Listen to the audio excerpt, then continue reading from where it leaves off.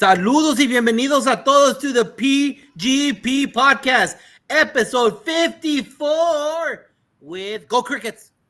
I just told you the whole show right there. That's all I gotta say. Go Crickets. Hey, Josh Tobar, proud principal of Memorial Pathway Academy in Garden ISD, Garden, USA, ready to rock and roll and finish the fourth quarter. Dr. Moreno, this is our last week. We're about to have graduation this week, and we're ready to rock and roll. And there's no giving up. You got to be Usain Bolt. You got to be Usain Bolt and sprint to that line. I know some of you in the East Coast, you ain't going till June, but you know what? You can't stop. Can't let off that gas. Got to keep on pushing forward. Dr. Moreno, how are you? How are things at the RGV? Sir, before you even go on to me, I want to know how many graduates. Are you still counting, or are we done? Yes. Well, no, we're still counting. We sure will break last year's mark. Last year we had 98 at-risk kids graduating, the majority with on-grade level credits as everybody else. Right now we're at 72. 72 1 week. Got to do IGCs. Those are special projects that kids that don't pass the test. Those of you in Iowa don't know. Those of you in Wisconsin don't know. But if you don't pass all 5 exams, you could make a project to take that place. So we're looking at over 100 grads, which will not only that, but guess what, Dr. Moreno? And I got to say this.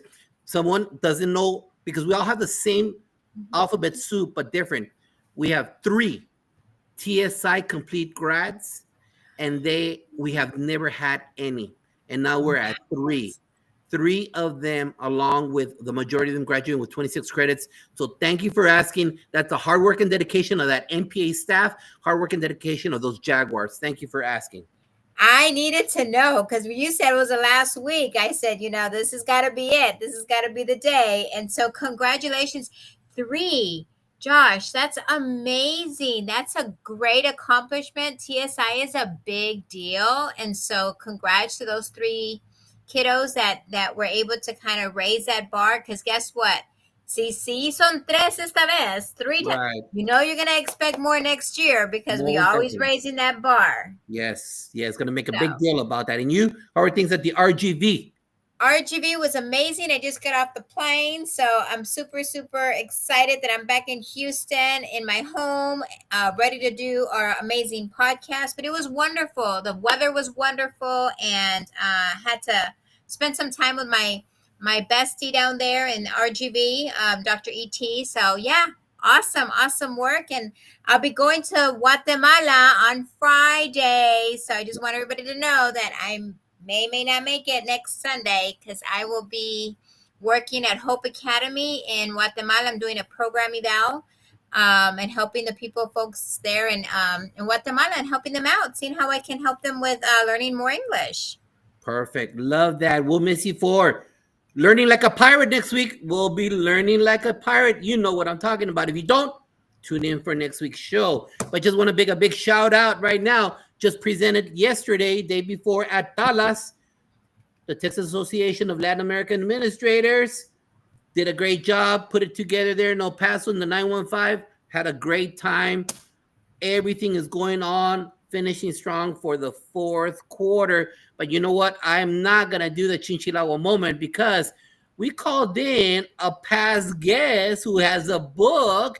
So we're going to give her the first 5 to 7 minutes of the show to promote it. She did such a great job with a teacher roundtable, number 4, with teachers from all over the United States, but none other than this hardworking, dedicated señorita Laura Williams, que comenzó en la escuela en Costa Rica. Sí, hace, muchos años, pero oh my gosh, my Spanish. It's all right. She started teaching in Costa Rica. Yep, I taught, a year down there, but I lived there for 3 years, so it was super awesome. Beautiful. Laura, during the show, the podcast that we had a couple of weeks ago with you, you said that you had a book, and it is my job to make sure that we use all the platforms to sharpen each other's iron, because iron sharpens iron, baby. Talk about your book. Go. I love it. I love your energy, you two. Thanks for having me. So yes, I did write a book. It's called The Improvement Game, Exploring Education Through Passion, Agility, and Authentic Learning Experiences. This is kind of my my baby, my life's work. It's very long. It's it's about 250 pages. So when people write books, it's like, whoa, what's in there? But I will be honest, there are a lot of tools. Like as I flip through, you can see like my community soars. It's a prompt to help kids think about how they can be contributors to their community. So I really focus a lot on authentic learning. Like how can we bring community into the classroom? How can we meet standards through these authentic projects, authentic experiences, help build students networking. For example, there's a networking hopscotch protocol for teachers to use to teach students how to network. So really a lot of career readiness, I think, embedded throughout, but it's super fun.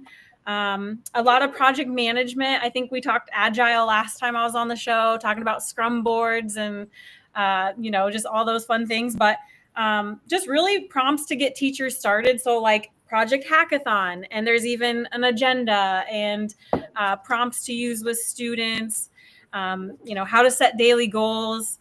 I talk a lot about the agile workflow. So a sprint cycle, super easy, where you set your goals. So you have your vision, you set goals, you plan, you have daily check-ins, and then you review the quality of the work, and then you retrospect about the process of learning. So really focusing on the learner, which is my favorite routine of like the whole thing. But yeah, just tons of goodies in this. I really wanted this to have legs and give teachers tools and things ready to go so they don't have to reinvent the wheel and they can feel supported. So, yep, the improvement game.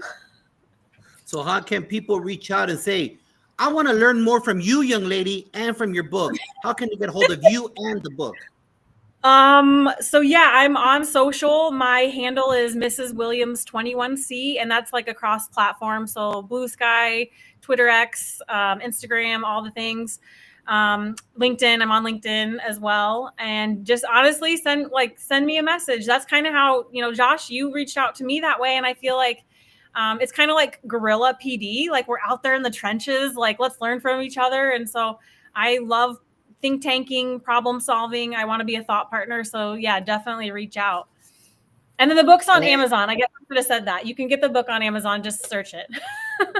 Perfect. And she's so right. I'm like, I didn't want to come across like a creeper from Maya.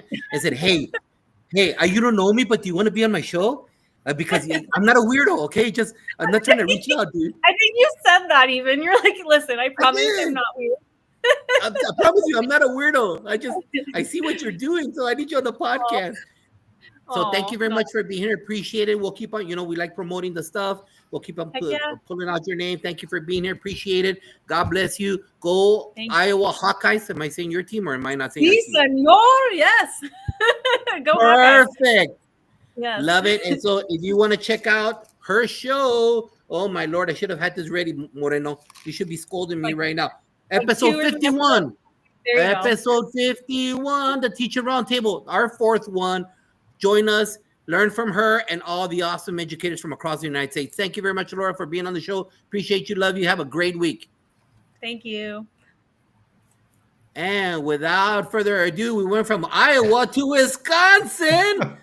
We are in Wisconsin. I see no snow. I don't see a parking lot. I don't see a rental. If you have no idea what I'm talking about, you ain't following that cat right there. You ain't following him at all. Because if you know that guy, he's always parked on the side of the road trying to figure out how to get a hold of that Casas guy that we had a couple of shows ago.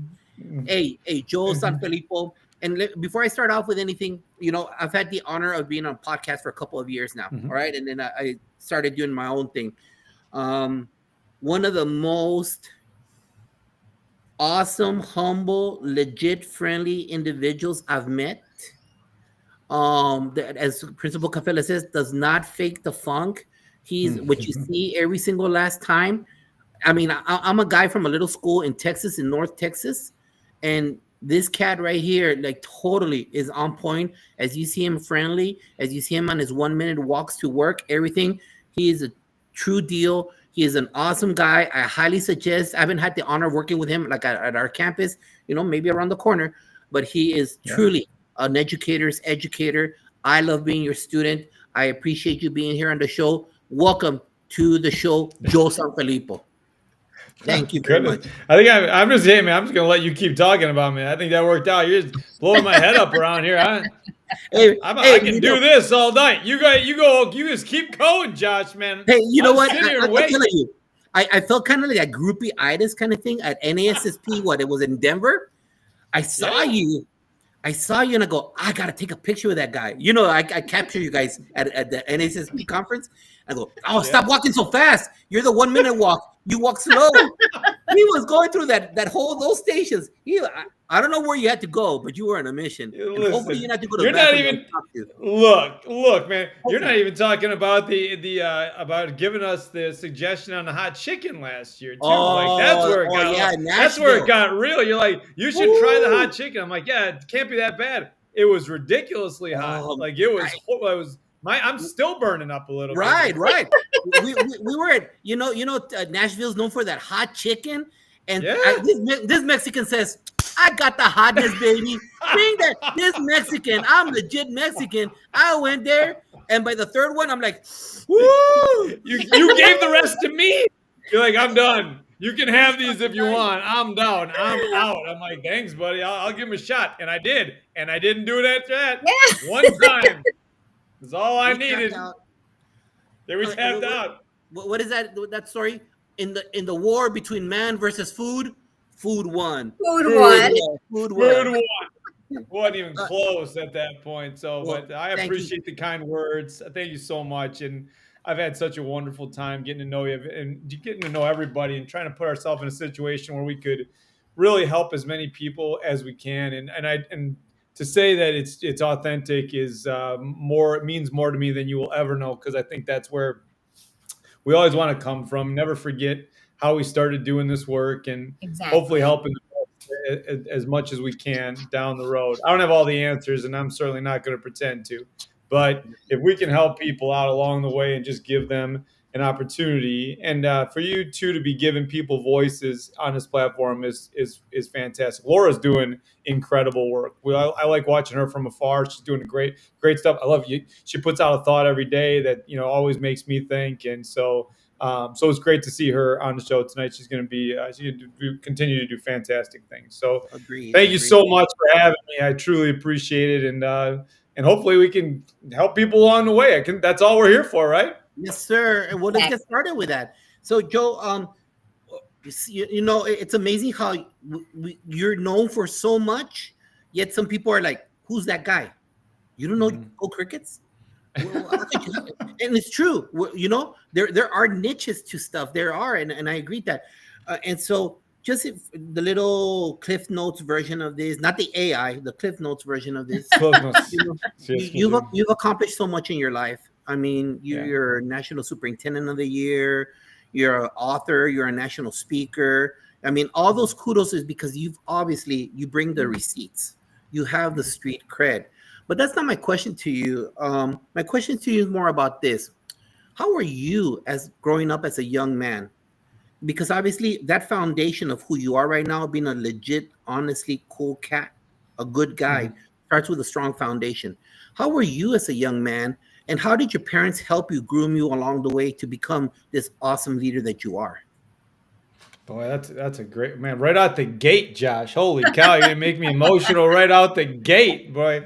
I'll tell you. So I was, I grew up in a house where my parents really valued relationships and family and connections, and it was really. I don't think I did anything if it was a music concert or a game or whatever where my parents weren't there to support. And I think that's a really big deal in terms of how we kind of grew up, just knowing that we were there for each other first and try to build momentum. But I think the other thing was that we were always trying to help other people too. My dad was a family court commissioner, and so his job was to essentially have people, they come to divorce court every day, and then he'd decide where they would stay with mom or dad, or what the custody situation was.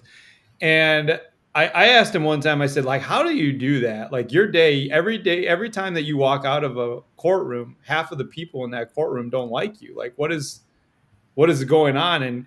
And he said, I always think about the kids first. Mm-hmm. And I think that really struck me in everything that I do. He's like, I always think about kids first, always kids first, always kids first. And I think since I started, getting into working with kids, if it was coaching at a basketball camp or if it was being a camp counselor at a summer camp or whatever the case may be, I was always thinking about that in the back of my mind. What's the experience that we're providing for the kids? And how are we making sure that we provide them with something that they couldn't get anywhere else? And so I keep coming back to that. And my mom worked.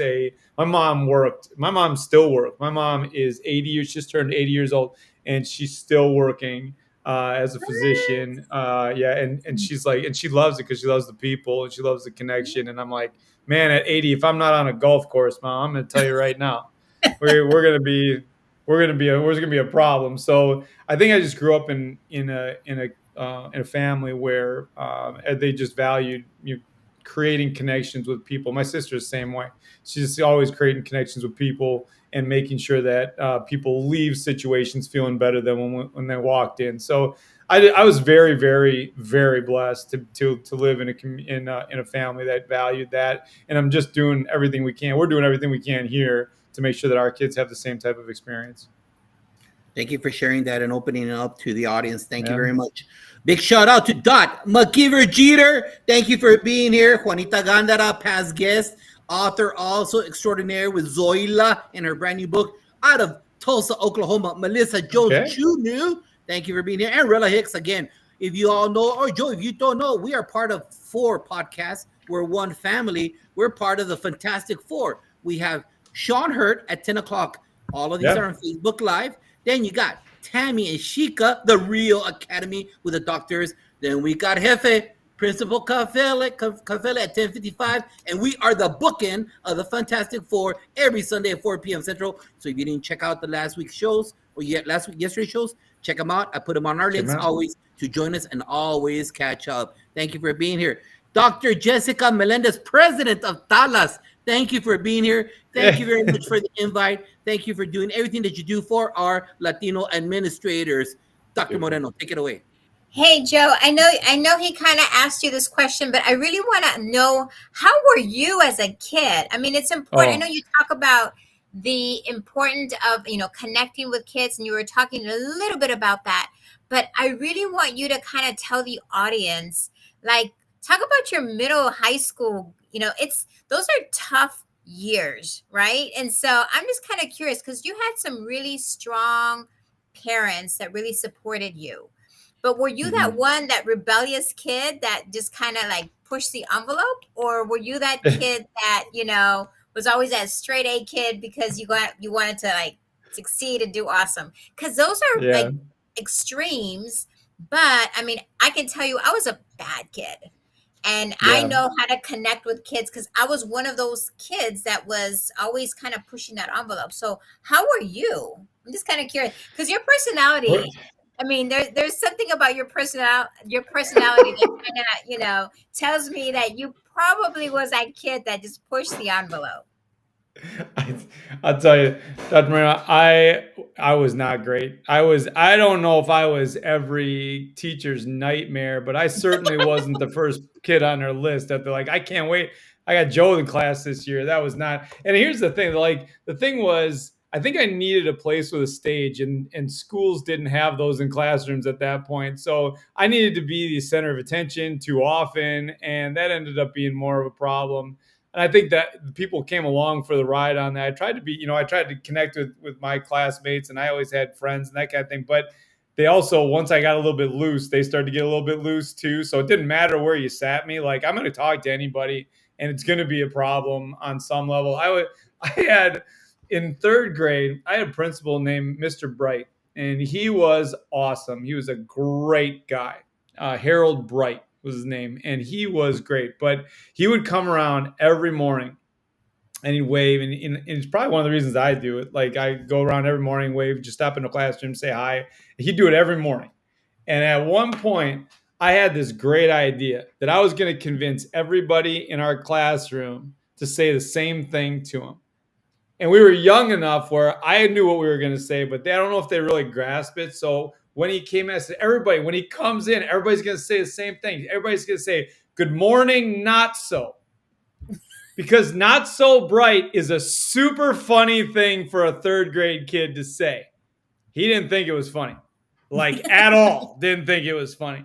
So on my way to the office with him, I'm like, I didn't know what to tell. I remember like it was yesterday. I went back to that school in the summer just to walk through, because just to like this whole nostalgia thing.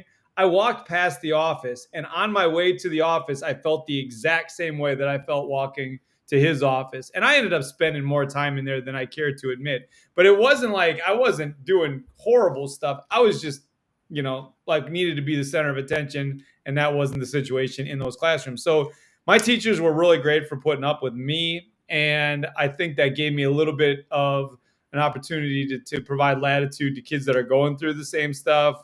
And I think that even my kids, like when my kids do it, I'll say to them, look, I did that 30 years ago and I did it better than you. So let's just like pump the brakes on it and relax a little bit, because you're not doing it nearly as good as I used to. So let's just take a break, come to the other side of it, and then we can talk. But until then, just know I did this better. So that's kind of how I was as a kid. Now, in middle school and high school, I was a little bit different in that I was just so fixated on athletics that I kind of was more on the straight and narrow in high school. And high school is really interesting to me because that's kind of where all this started, because I was working a basketball camp for my head coach, Tom. And we had all the kids out there, and I'm doing drills with all these kids. And then, and they're all doing their thing. And I kind of sent them off to their drills, what they were going to. And he ran over to me, just ran over. And he said, I don't know if you've ever thought about it, but you should be working with kids for the rest of your life.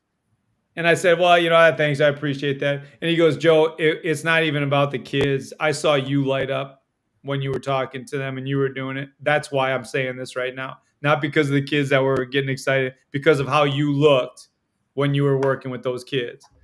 And I think that was a telling, time for me where I didn't ever want to do anything else than work with kids, or work in a place where there were kids. So it's been, that's kind of where it was, but it started with me being not the greatest kid in the world, and a little bit difficult to deal with, but also just want to be in a spot for the kids who do struggle a little bit or need a little bit more attention or whatever the case may be. So yeah, that's kind of how it was. I love that. And thank you so much for, opening up and being very, vulnerable and talking a little bit about yourself, because it's you guys are putting me on the couch here. My gosh, you're putting me on a counselor's couch right now. I don't know what to do with this. Holy cow. I call my therapist and say, we're good this week. We don't need to come back this week. We're good. Totally throwing you off guard here, but you know what? That's great. And thank you so much for sharing, because it's important for me and it's important for a lot of people out there to really understand kind of the true Joe Sanfelippo. I can't say your name, Sanfelippo. I can't say it, but I'm going to get it right. I'm going to get it right one day. But thank you so much, Joe, for opening up like that, because it really, truly does mean a lot to me. I know a lot of people really want to know, because they don't know the backstory. They don't know what your background is and how you became an educator. And you do it so well. So thank you so much. Thank you. You're welcome. So, I just want to, every time I go back to El Paso, Joe, that's where I did 28 of my years of the 32. Oh, and it doesn't matter where I step, a former runs into you. Yeah. And I always tell people, a former runs into you, and run into those kids, and the way that they open their eyes because they made a connection with you and you made a connection with them, that is priceless. And before I get into the next question, remember that I know that all of us are tired. I can't speak for everybody. And it's the fourth quarter, but that's the invisible paycheck. An educator in Iowa and Wisconsin, in South Carolina, those meetings, not at the moment, not right now that you're grading finals, but that moment 5 years down the line when you look the rattiest, when you look horrible and you probably came from the gym and you smell bad, that kid's going to pop because they saw you and they're going to tell you how much you rock. That's the paycheck that doesn't go into the savings account or your IRA. But don't forget, you change lives. Remember Yeah. that, because it's a big testosterone, a big steroid shot every time you get those kudos. So thank you very much, Joe, for bringing that Josh, up. you know what's really interesting? So I was a couple weeks ago. I was in Green Bay, and I used to teach right outside of Green Bay, and so I was at Green Bay. I was walking around. It was just after they had the draft there, the NFL draft. So I was walking around just to kind of see the place, and I wasn't supposed to be there because they were doing all kind of construction. I didn't know that, and I just started walking around, and I did like a Instagram story of me walking around Green Bay, around Lambeau. And then I kind of walked around the stadium a little bit, and I was getting ready to make another video, and out of absolutely, there's nobody on the streets. It's probably 9:30 at night. Nobody's on the streets. Out of nowhere, I just hear a car going by and somebody scream out. They're like, Sanfelippo! And I looked, I'm like, I don't even live near here. And it was a former student that he saw the story and he got in his car and he drove over to the stadium to see if I was still walking around the stadium. So we sat and we talked, and it was awesome. It was awesome. But yeah, they'll find you at the most ridiculous times. Like that's just kind of what it is. So good. I appreciate this. So thanks. So yeah, and let's keep it rolling. You got another question, Josh, or was that it? Of course. I was into your Instagram, your IG story, brother. I didn't want to cut you off, man. You were speaking hard right there. All right, welcome, Constance Sherrard, part of the Fantastic Four family. Thank you for being here. Thank you, Jessica, Doc, for the compliment. Joe, we all have an inspiration. Yeah, I don't think you were inspired that much by Sir Giovanni or Marzano, but we had to read those guys. But along the way, don't get me started with those $130 books that we never touched. Joe, as you moved up into the chair, so from your coaching, your teaching, then you got the sub chair, the main chair, then the superintendent chair. You needed to be inspired because you had to shift your leadership. So obviously, before you got to that next chair, starting now at the leadership level, right? Who inspired you, my man, to get into the role of a leader? Obviously, as an assistant principal, then you moved on all the way up to the main chair. Right, Who along the way were your inspiration? What touched your spirit to lead a whole? Well, I think I'd start with the coach that I just mentioned before. I think he probably started it, along the way, just knowing that I could lead at any level, because I was coaching with him too after I got out of college. And I think so that was probably the big one. Tom Nisus is his name, and he's a fantastic human being. And but I think I've had people, when it comes down to school leadership, it's really interesting to me because there are people that you see and you're like, oh my gosh, that's really cool. And then there's other times you're like really? Like that's what we're doing right now? That's a problem. And I think you kind of find yourself in the middle of that. And that's the thing that I found out is that is that really how you're supposed to lead? That's a super presumptuous thing to think, because now I'm sure that there are people out there that think when they look at me, they think the same thing because they don't know all the backstory of how we got there or anything that went along with it. And so I think you see things out and you're like, I don't want to be that kind of leader. I don't want to be that kind of leader. But for another person, that kind of leader might be exactly what they're looking for and what they need. And so I think I try to just take on everything that I can from all the people that I connect with and that challenge the process. I had there was a guy in Eau Claire that hired me to be a principal. His name is Jim Kling. And then he was a fantastic person. He was from Fall Creek. He was a superintendent in Fall Creek before I got here. And he was the interim at the time. And he called me one day. He knew I was looking for a different opportunity. He called and he said, just come out and take a look at it.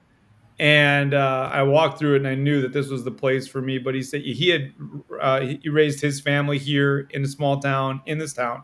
And he's like, I think you'll really like it. And I think they'll really like you. And he couldn't have been more right. I'm so lucky to be able to live and work in this small town and hopefully amplify their voice. But it started with Jim being willing to give me the opportunity, which started with Tom earlier saying that, you should work with kids. So I think I just kind of keep building that momentum along the way. And I still talk, I talk to Tom Murray on a very regular basis, probably every day. I talk to Jimmy Casas literally every day or every other day.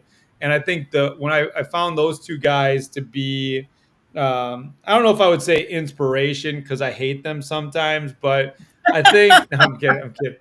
But I think that what they do is they push my thinking, and Mhm. they don't sit back and say, "Oh, it's going to be fine. It's going to be fine." Like if things aren't going to go well, they're going to say, "Well, that's ridiculous. Why would you even think of that?" And so I think when people can call you out on your stuff and say, Yeah. "This is what you need to do. Like this is who you need to be," I think that's really important. And Tom and Jimmy do that for me on a very regular basis. So started with Tom, kind of moved its way to Jim, and now I've got Jimmy and Tom to kind of keep me grounded when things are going too well. They'll make sure they knock me down a couple pegs, and I'm doing okay. Awesome. Thank you for sharing those ideas, names. Hey, Tom is around the corner, episode Is he coming 56. up? He's coming up right behind you. So I'm thank you going to for tell that. you right now that'll be that it might not be the most watched, it'll be the best slept episode that you ever had. Like I think people will get literally his keynote is the best nap I've ever had in my life. I've never slept better. I mean, it's unbelievable how he puts No, people to he's sleep. I not. love I it. he's at Yeah. NASSP. He is good. I know he's No, his no, buddy. no. He's That's his super. buddy. That's his buddy. Yeah. You'll like Talk him. about it, You'll though. like him.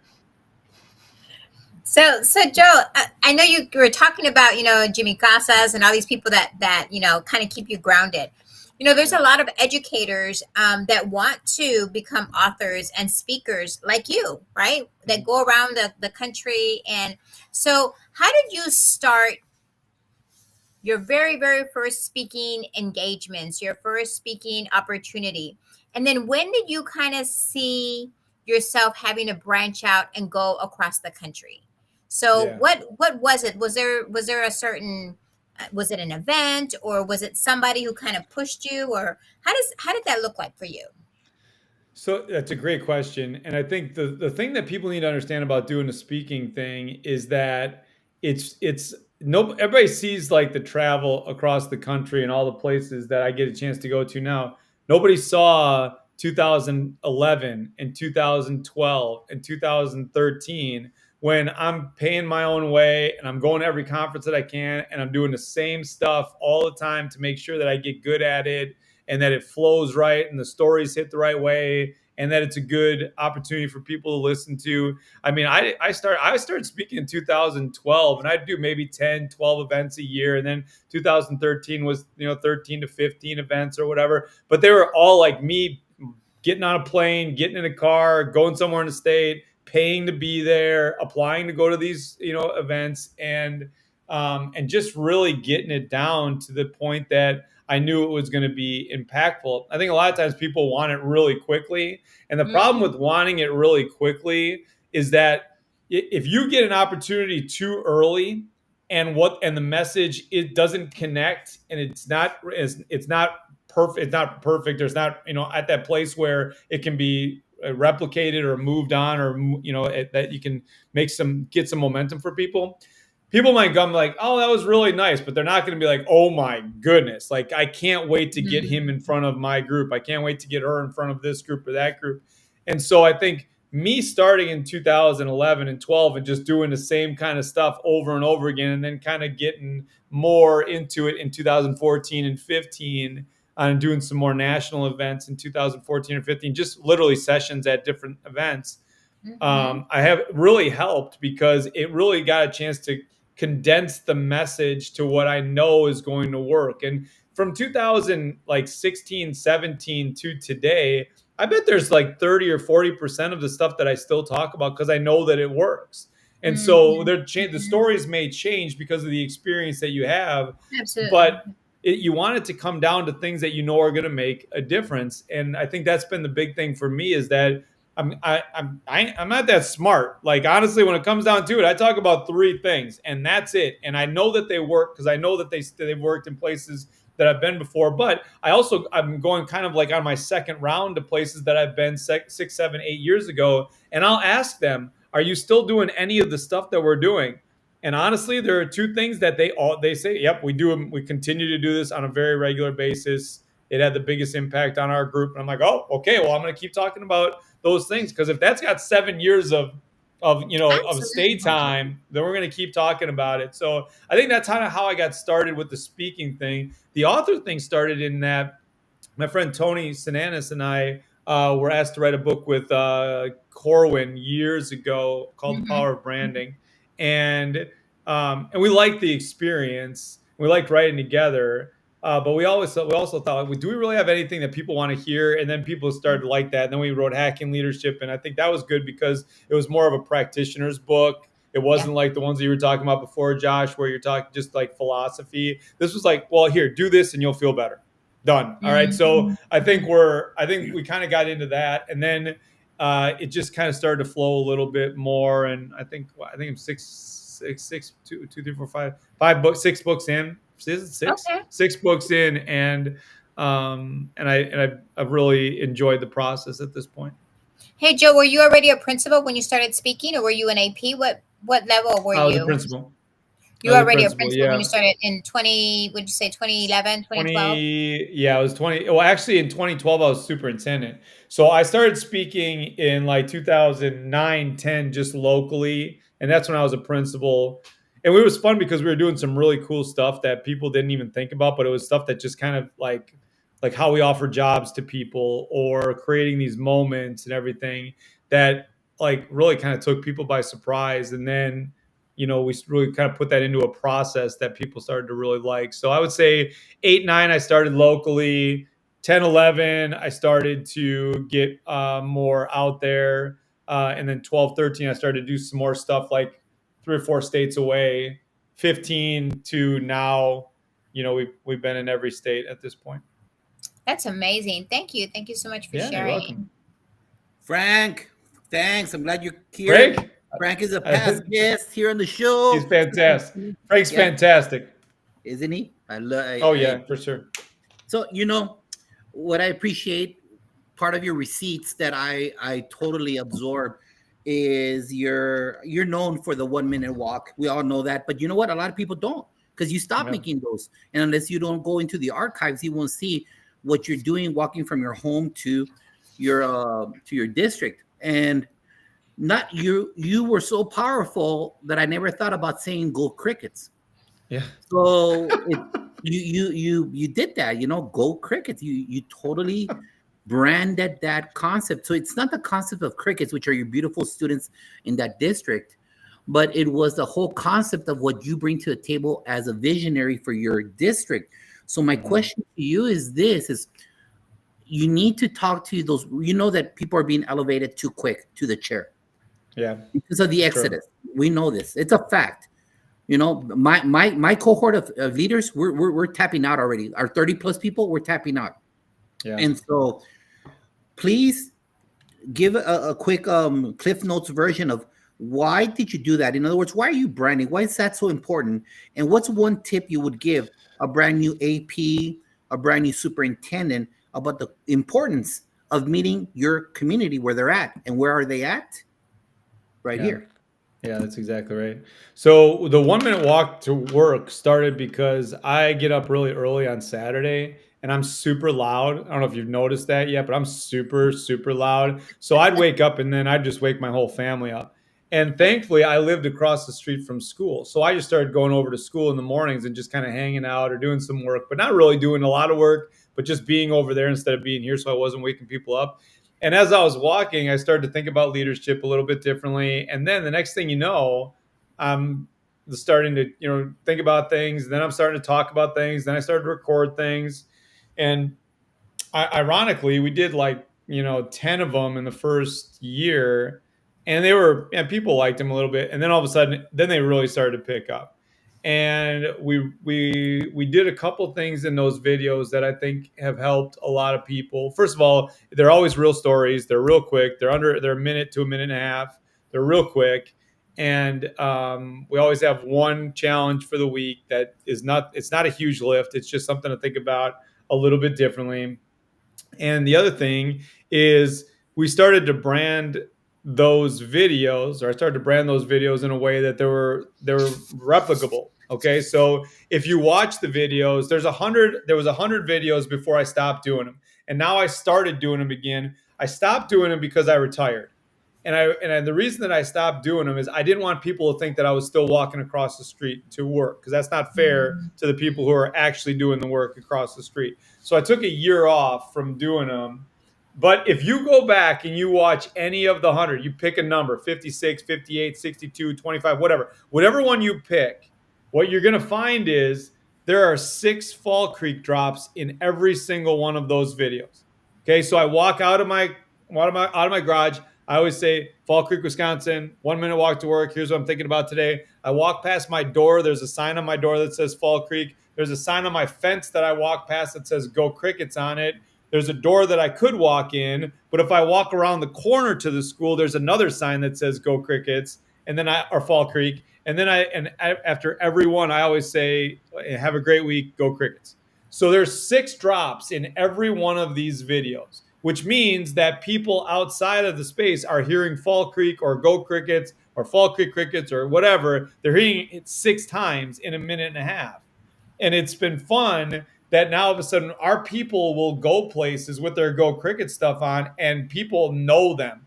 Everywhere they go, if they've got Go Cricket stuff on, people are, I know your school district. I've heard about your school district. And then they get this sense of pride that goes on. I think the part of the branding piece is that's really important is that when people don't know what you do, they make up what you do.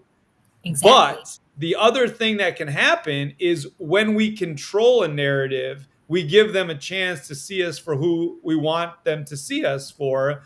And that branding does help that piece of it out. It also helps when people from all over the country are emailing for T-shirts and stuff like that because they want to take a picture. And we have this Where in the World is Fall Creek Pride board where if you walk into school, you see all these people from all over the country with their Go Cricket stuff on, cheering you on. We just tell people, if you have a T-shirt, take a picture, send it to us. We'll put it on the board. So now you've got hundreds of pictures of all these people from all over the country that know who you are. It just makes you feel a little bit different walking into that room. So the importance for the APs and the principals and everything is that when you get a message out there and you can control the narrative a little bit better, then you put yourself in a situation where when you can't control the narrative, you've got some you got the receipts that you're talking about, Josh. You got receipts built up. So when something doesn't hit the way that you want it to, they give you a little bit of latitude in that situation. Great. Thank you. Yes, so true. 100% believe in that. Welcome to our sister of the Fantastic Four from South Carolina, Dr. Sheikah Houston. Hey, all right, Sheikah, you got a new neighbor coming up the road. He's I'll be tired there. of cold weather. Sheikah, reach out to Mr. Joe Sanfelippo. Take it away, Dr. Absolutely. Yes, right, Joe. I'll be in Charleston. We're moving in August. Tell me where to go. All righty. I'm sure she'll be already texting you by the time this podcast is over. So, Joe, so at conferences like NASSP, you speak about the importance of being intentional with having human interactions, right? So why do you feel it's crucial to connect with everyone? And what is one way people can focus to learn to have that daily interaction with everyone? Absolutely. Okay, so that's a great question. And the reason that it's a great question is because I believe it's the heart of everything that we do. So the problem with a lot of leaders, a lot of the problem that a lot of leaders have is they get taken over by stuff that they can't control, and then they get lost in the weeds, and the next thing you know, something happens and something happens and something happens, and all of a sudden your day is gone. So in Hacking Leadership and Lead From Where You Are, the beginning of both of those books are dedicated to the intentionality of what we do. The first hack in Hacking Leadership is be intentional. The first 3 sections are about being intentional. In Lead From Where You Are, the whole first section is about the intentionality of leadership. So the reason that we want to put that out in front, or I want to put it out in front and Lead From Where You Are, is that when we can be more intentional about what we do, we give ourselves a better chance when we can't control what we can't control. So the idea that we keep in mind a lot from the intentionality standpoint is, what does it mean to be present and engaged with the people that we're with when we're with them? I had a professor in college named Nancy Blair, and she said that the greatest gift of service that you can give to another human being is for the time that you're with them, they are the center of your universe.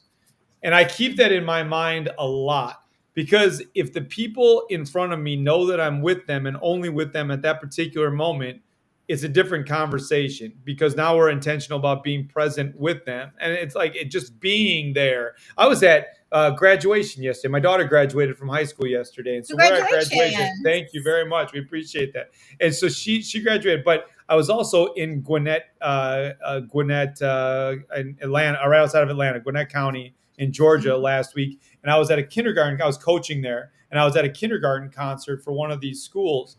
And the same thing happened in both places.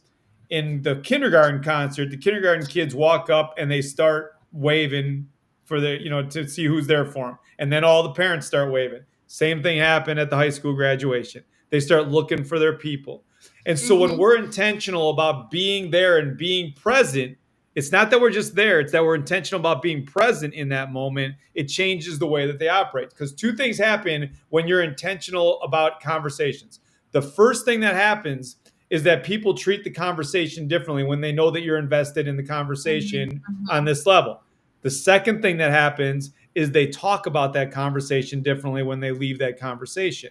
So now you give them a great experience because you're intentional about what it looks like. They go out and talk about you differently because you were intentional in that moment. And then when you have to make a difficult decision as a leader in that spot, you've already got some momentum because you were present and engaged with someone who then walked off and told somebody else that you were present and engaged with them. So what does it actually look like? And the question you were asking, I was just about to ask that question. Is how do you do it, right? Is that it really starts with how do you set yourself up for success? And so I think about when I go to speak to groups, I ask them, what are the first 8 things that you do every day when you get to school? And how many of those 8 things, how many of those things bring you joy? And where are they on your list? So my list when I got to school, I get to school, turn my computer on, get some seltzer water, open email, respond to email, sign forms, walk hallways, get into classrooms, connect with kids, right? I didn't get to something that I like to do until number 5. Okay. So by the time that I got to that thing, I was already in the wrong mindset to do that thing because of all the other stuff that took me over. So when we're more intentional about how we start our day, and if it's with joy, if it's a connection, a lot of other things take care of themselves. And I tell our groups all the time, if the first thing that you do when you walk in the office is check your email, the only thing that you're doing is transferring somebody else's to-do list to yours. That's the only thing that you're doing. So it doesn't mean that you can't open email or you shouldn't open email. I'm not saying that. But do something that gives you some joy, that gives you some purpose before you get into that. Because once you open the email, you could be there for 2 hours. Easy 2 hours. Yep, I'm reflecting. And you said your list, and I was like, yep, check. And you're absolutely right. That's exactly what I would do.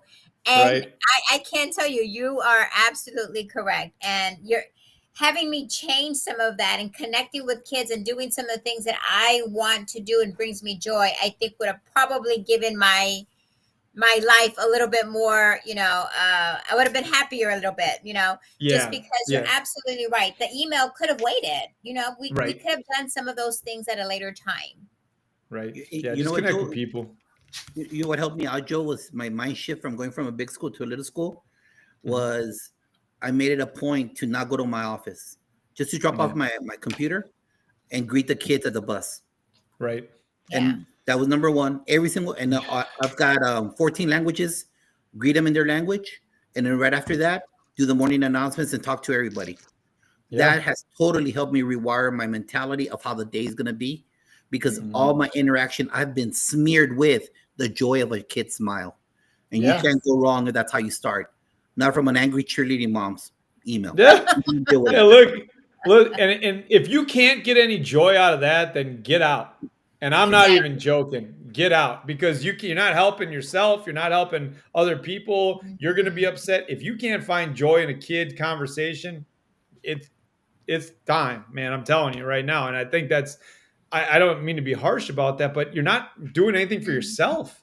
Why would you want to live in that spot then? And I think there's for us, it's been really, for me, it's been really important because the farther that I got away from kids, the Yes. closer I needed to make sure that I was getting to the adults taking care of the kids and make sure that they were in a situation where they could be with the kids as much as possible.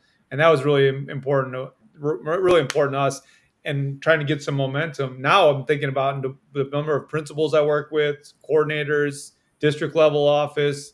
We are all in charge of taking care of the adults who are taking care of the kids. So what does that Absolutely. really look like? And make sure that we're more taking care of the adults who are taking care of the adults who are taking care of the kids. And there's not a lot of people doing that right now. So I think that's a big deal for us. We try to get some momentum from it as much as we can. That's So probably why a lot of people are exiting education, right? Yeah, Is you're because right. we're not taking care of the adults, we're taking care of the kids. I agree Yeah, with that. You are 100% right, and it's sad because I think that's a fixable situation. Uh, absolutely.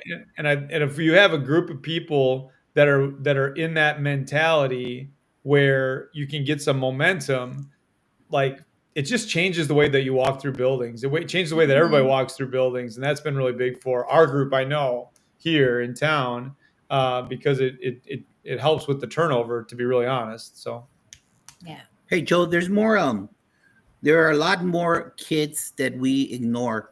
We always ignore the top 10%, top 10 kids, valedictorian, salutatorian, the kid that has a felony, the kid that brings drug. Those two niches. That's where we yeah. spend most of our time.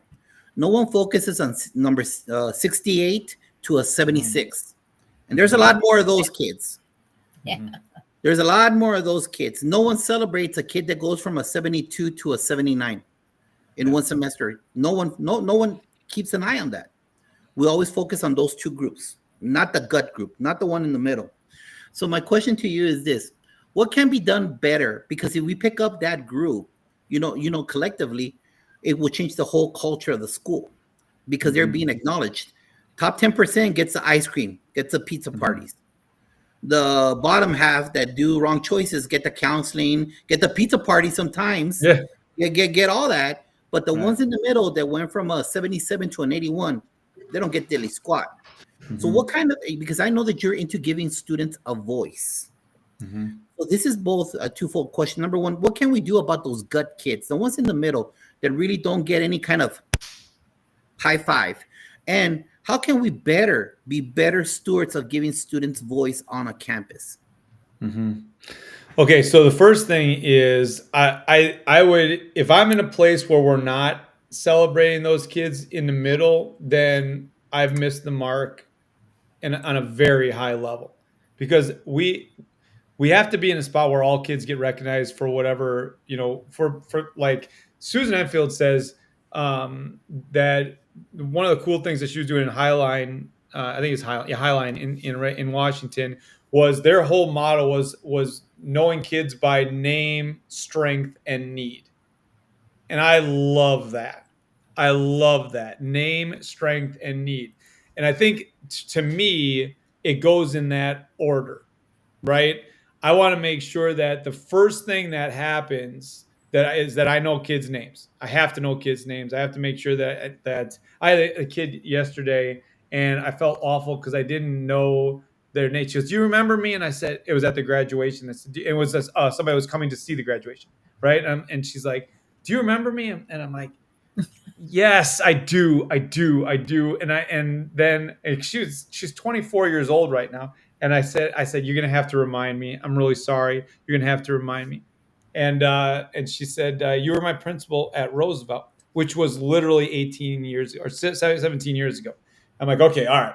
I'm better now. Okay, I feel a little bit better. I'm okay." I'm like, that was a long time ago. I don't remember what I had for breakfast. Okay, so I felt a little bit better about that. But when we can know people in a moment by their name, that helps a lot. And that what their strength is, it gives us a much better opportunity to be connected to them. And for us, this is a really big deal because the vast majority of our kids are in that space, which means Yeah. if you're concentrating on one side or the top or bottom, then you're not only are you only focusing on two sides, but you're missing the vast majority of you're missing literally 80% of your kids. Like, what Exactly. are we doing? So honestly, I would have a really hard time if that was the situation across the street because it means that we weren't doing our job to have the connection. And it doesn't need to be a celebration. It doesn't need to be a pizza party. It doesn't need to be an extra recess. You need to sit down and have a conversation about who they are and what they love to do. So when they come the next day, they know that they have one adult that cares about who they are and what they do.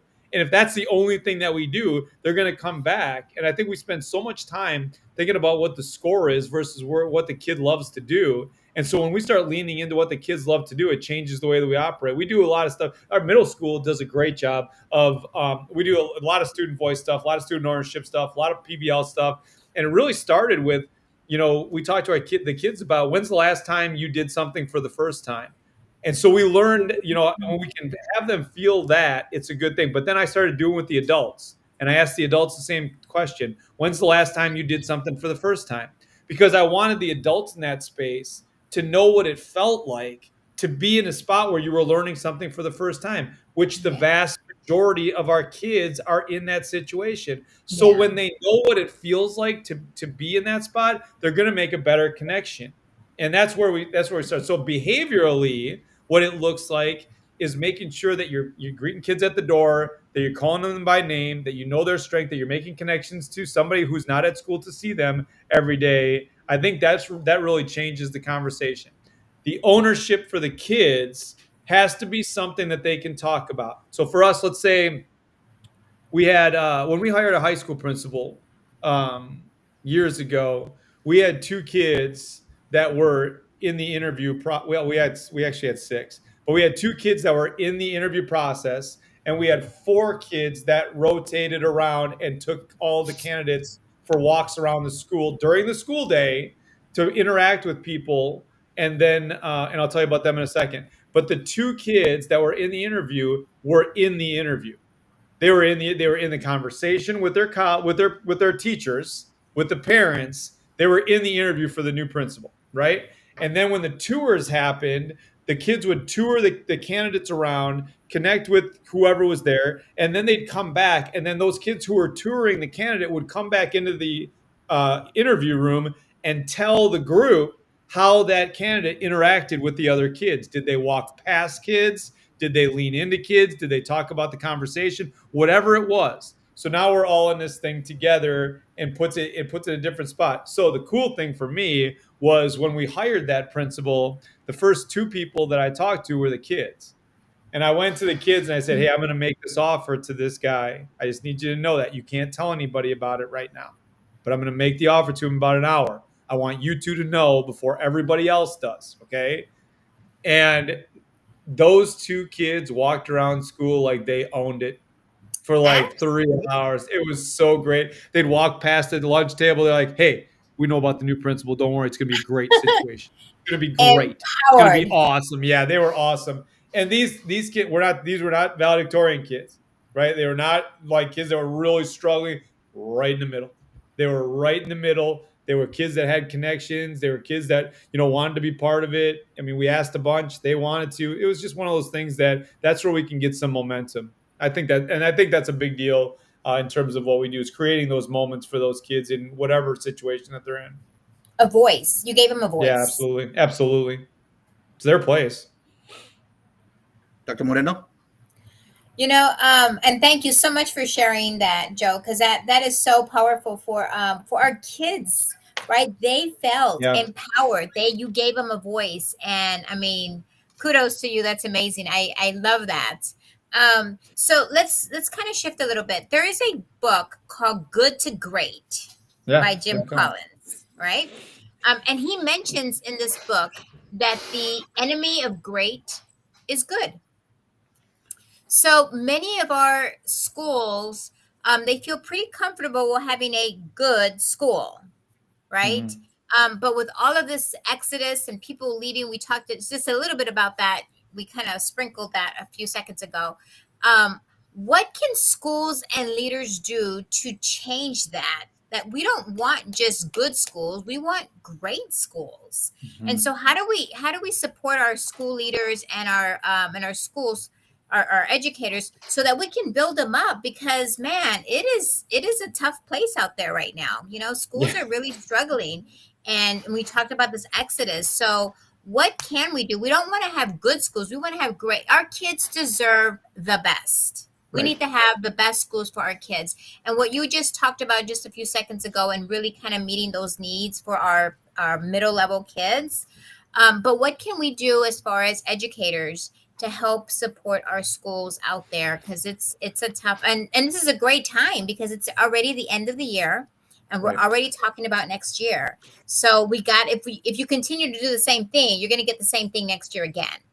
So Yeah. we have to do something different. So what do you suggest? Well, the first thing that I suggest is making sure that you don't lose people. Because the onboarding of a new group of people always holds you back in terms of trying to get that big group to move forward. And if you're always changing people out because they don't feel comfortable in the environment, now you're always in that situation where you're rotating people. So how are you making the people who are there's like how are you making the people who are already there feel like they can get better? And what does it really look like? I mean, there's a perfect example was here. We were good school, we did well academically, things went fine, right? But that all of a sudden could be the conversation could turn to why would we change? Like things are going pretty well. Why would we change? Do we really want to upset the apple cart right now? Or do we want to be in this spot? And that's where we started with that. When's the last time you did something for the first time? Because we wanted to get what the student experience was. And that really changed everything for us because essentially our PD program was teacher led. So they got a chance to own the whole development process on their own. And every year we would send out an email with one survey question, and the survey question was, "Do you believe that this passion project is what we called it? This passion project process makes you a better teacher?" That's the only question. One question. We did it for 13 years. And in 13 years, it never went below 91% agree or strongly agree. So now I know that if 91% of the people in that building are feeling good about where we're going and that we're getting better and that we don't just stand on this is what we're going to do, we're always getting better. We're always doing a little bit different. We're always stepping out of our comfort zone a little bit. And I know that 91% of people say they agree or strongly agree with that. Now we can move the whole group. And honestly, that gave us a chance to say, look, because I know that they loved it at 91%. If they weren't letting the students own their work, that's when you can have the conversation. Well, you love it, 91%. Shouldn't the students be getting the same situation? And they did. And our people were like, it wasn't that they didn't want students to own their work. They just didn't know what it looked like.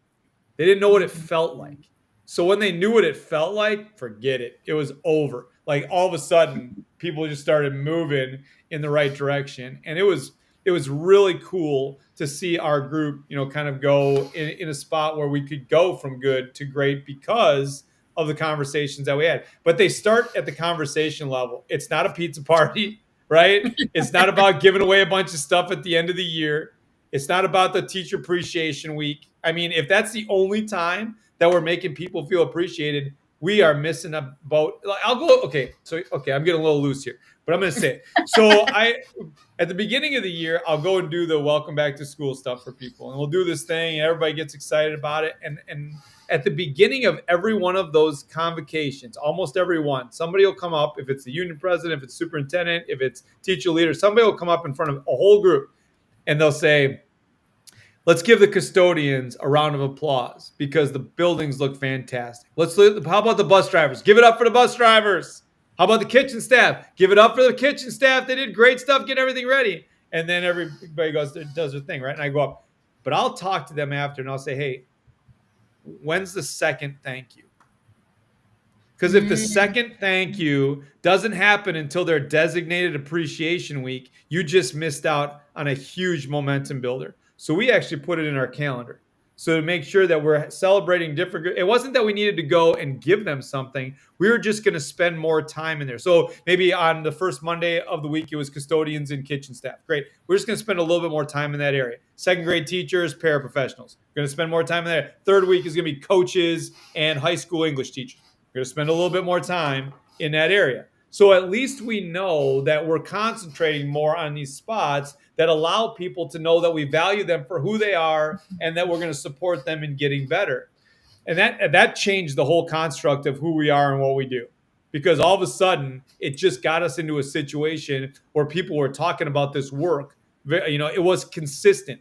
It wasn't like we were waiting to give away the gift card, right? It was consistent in terms of what we celebrated. And so people felt more valued coming to work every day because of that, which meant that they didn't stay in their one spot and think I'm just going to keep doing this for 20 years and then get out. They kept getting better. And that was really great for us. We also didn't say, well, we need to get to this level or else things are going to go bad. We never talked about that. Let's just get better every day and see what happens. And if we can meet that goal, we're going to get better and things are going to go okay. Yeah, those are the threats, right? The threats that people always like to throw out, right? It's like, if we don't do this, this is what's going to happen. I know educators and principals that do that. And I'm like, that is so not right. Stop doing it. Stop. Please stop. Don't do that. Because, talk about the toxicity, right? That's a toxic environment. And people don't like to work in those types of environments. And then they wonder, why are they leaving, right? Yeah, well, that's the reason. There it is. That's exactly the reason. So you're absolutely right. It makes me crazy. It makes me crazy. Yeah. It makes me crazy because the people don't realize that the onboarding of new people is holding a lot of groups back. It really is, because it's taken so much time, and then they fall back into a culture that's already created. It's not into the great spot. So I think the thing is, we put the spot where we were. I was here 13 years, and in 13 years, we retained 89% of the teachers that we hired from 2010 to 2023. And it wasn't that I couldn't pay them what the big school districts paid them. So they were staying for something. And it wasn't the bald guy with the jokes. I can tell you that right now. It was, they knew that they lived and worked in a place that they were going to feel valued by the person who taught next door. That's all it was. So that made things a lot easier for us.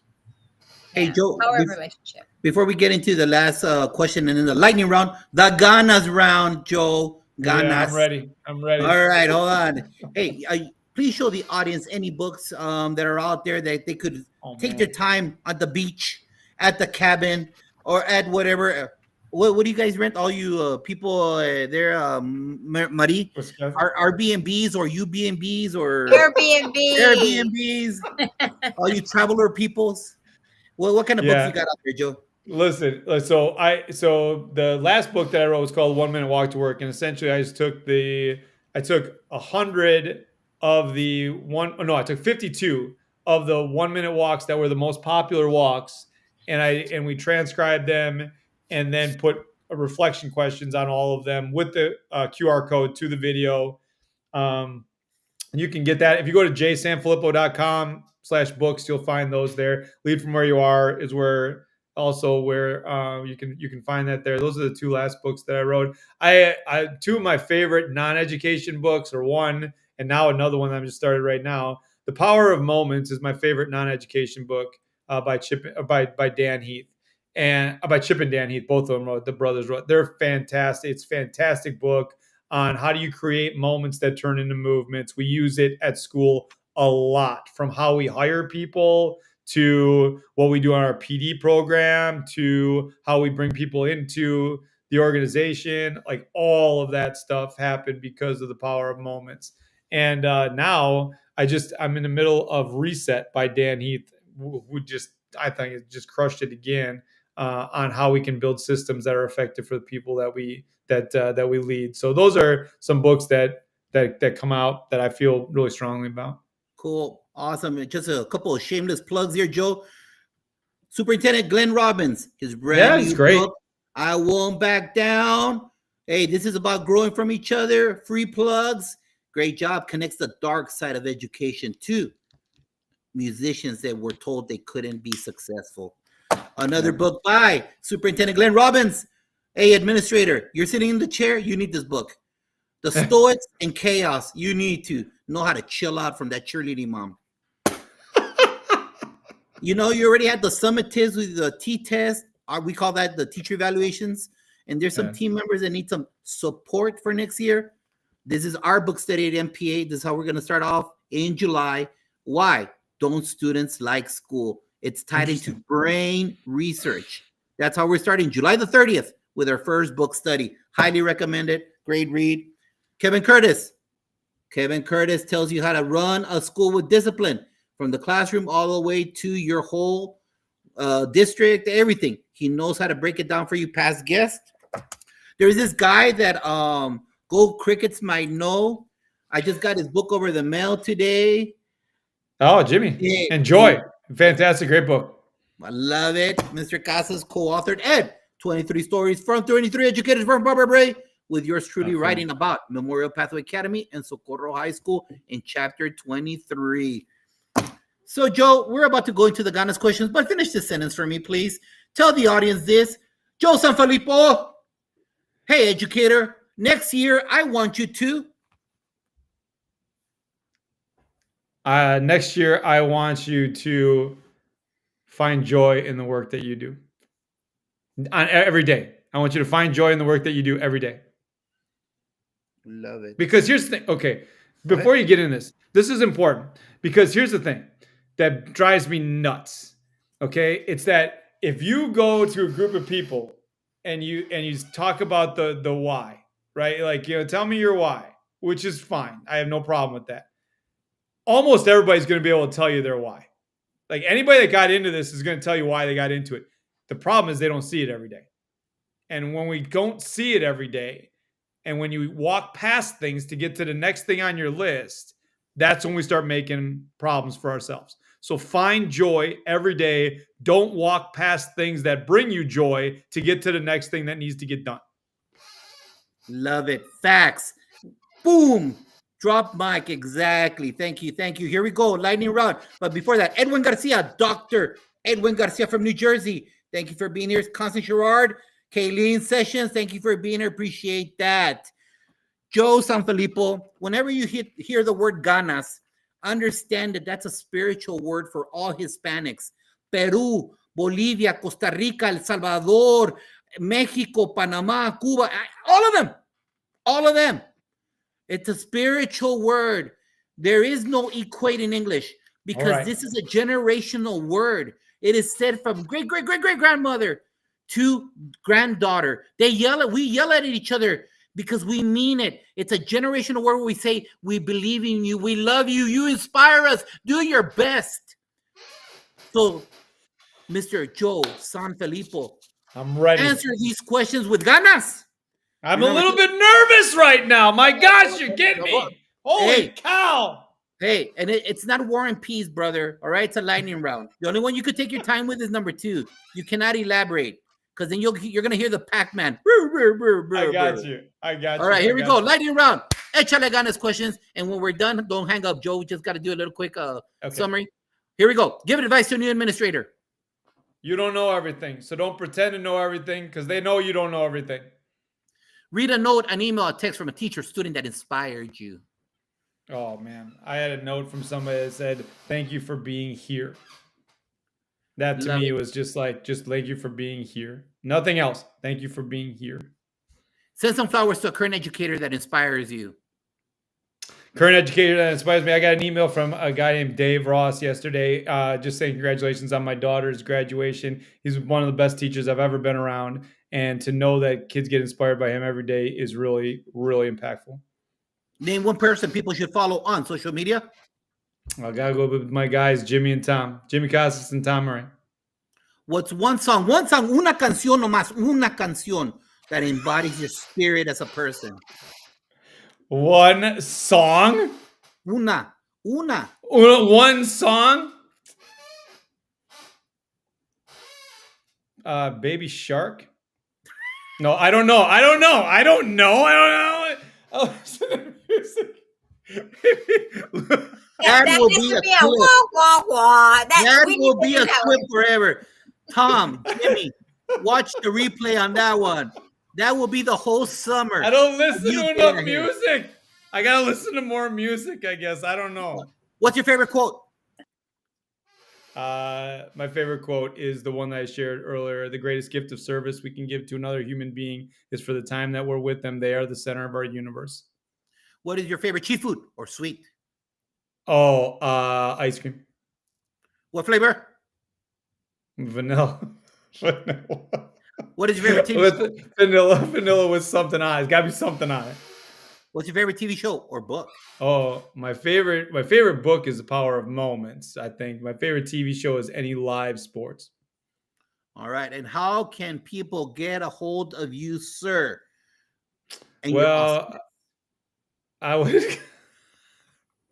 I'm writing a second, like a follow up to Baby Shark. So I think that I'm kidding. Go to jsanfelippo.com. Find me on all the socials. Joe_Sanfelippo on all the socials. Go from there. I will never brand you Baby Shark, sir, because you are a badass. But that answer, sir, Everybody right is there. talking about Baby Shark on the chat. I'm just telling you Hey. right now. I'm going to tell you. So here's the reason is because now it's in your head all night, and then you're going to be thinking about it all night, and that's, all right. That's the branding part of it right there, right? Right there. You're not going to forget it. You just got 10 extra contracts to visit schools because of Baby Shark. All right, that's my. Oh God. All right. Hey, thank you everybody for being here. We know you could be hearing something else. We know you could be watching something else, but you're here with us.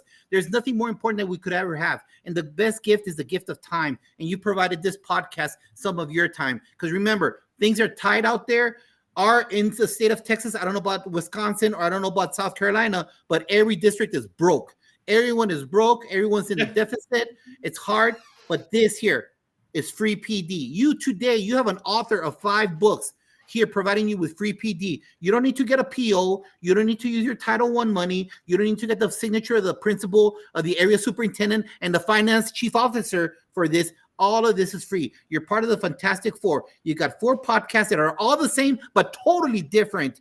Free PD at your hands. So please like it and share it. Go back to the YouTube channel, click on the little bell, and get some more of that information because you got all educators, because iron sharpens iron, and we're all doing it, to help each other out. So we could grab each other by the hand and finish strong, like Usain Bolt, through the finish line. But we're here to get better for our kids. That way, they become the best version of themselves because they are the future of the United States. We're a beautiful melting pot, and as this melting pot keeps on growing and becoming the best version of itself, there is no limit that we could reach further down the 21st century. So thank you very much. Don't forget, next week, we're going to learn like a pirate. You know who that is. You know who that is. You know who's coming right behind Mr. Gold Crickets right there. And after that, the Happy Show. Happy Show number 3 with Ray Hubert, Allison Aspie, Dr. Quenisha Miller, Dr. Salome Thomas L., and this guy called Tom Murray. The Happy Show. Join us. Great lineups like always. This show, A+++ guests, but most importantly, it is you. Thank you for being here tonight. Peace out. Take care. Go Crickets.